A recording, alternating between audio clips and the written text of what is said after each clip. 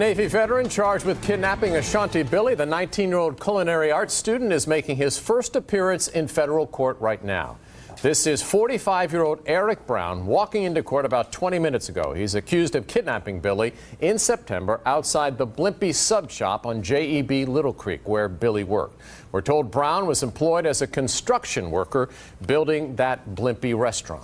A 15-page criminal complaint says this surveillance video, which 13 News Now aired exclusively, helped lead to Brown's arrest. Another construction worker who helped build the Blimpie recognized Brown from this video. Investigators say in this video, Brown gets out of Billy's car and throws Billy's phone into a dumpster. Reporter Robert Boyd is live outside the U.S. District Court in Norfolk, where Brown is before a judge right now. Robert. Yes, Eric Brown just went before a judge in the last 15 minutes or so. I was inside the courtroom, and he didn't really show much emotion. He just stood there, listened to his charges, and left. Obviously, he's being held without bail. But this is what the family feared all along. They just assumed it was someone on that Navy base who was in connection with Ashanti's kidnapping. Now, keep in mind, Brown spent 21 years in the Navy and was working again on the base, actually helping to build that Blimpie's restaurant where Ashanti worked. And basically, Ashanti's friends and co-workers say that he would come into that Blimpie's on a daily basis, a regular basis, and basically flirt with her. So they always knew that there could be something suspicious about him. And then on September 18th, of course, that's when Ashanti was first reported missing.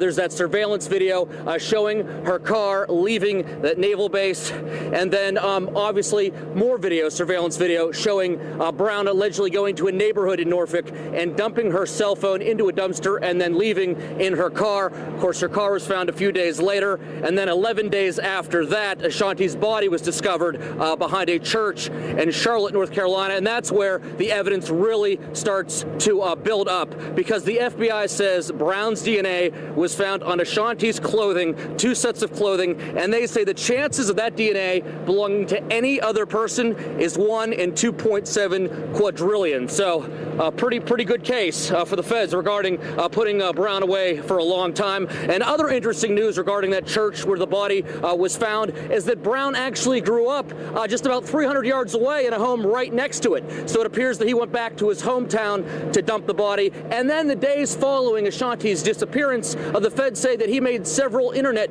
searches regarding her case and the hometown where the body was dumped. So he was obviously following this case very, very closely.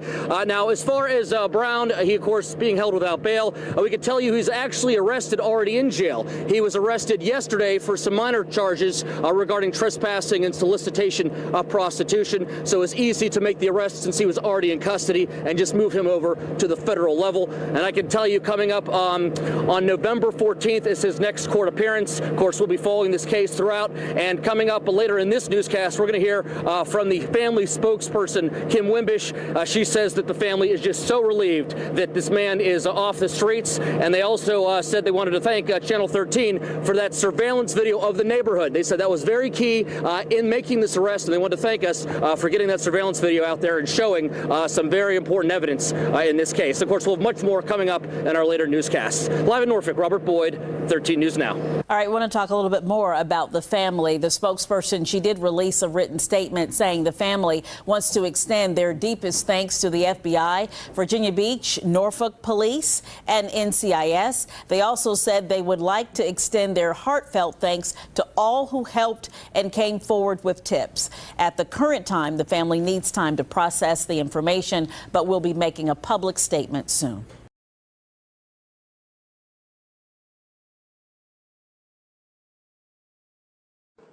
It was like looking at a monster.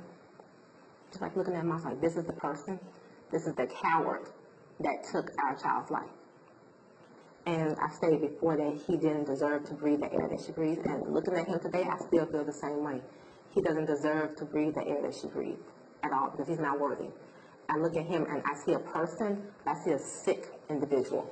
And I don't mean emotionally sick. I mean, he's just sick. He's angry, he's mean for no reason. No reason. For me, it was very disheartening. As a father,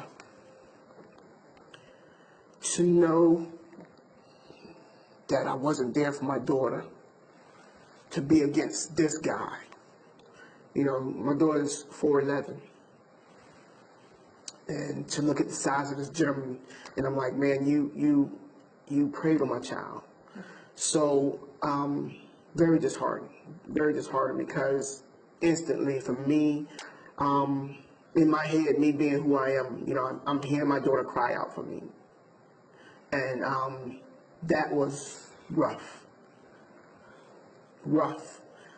They failed her, they failed us, they failed all veterans. Yeah. They failed all active duty military personnel. They failed civilians because civilians work on the base. So that base failed, period. That naval installation failed, period. No question about it. I realized that I provided freedom. That's what I do. That's what I did. But to provide freedom to somebody who took my daughter's freedom, it's harsh. That's hard for me. That's hard for me. And then to find out it's a veteran who fought for freedom, and then turn around and you still do what you fought so hard for. You know, you fought for freedom and you took someone's freedom.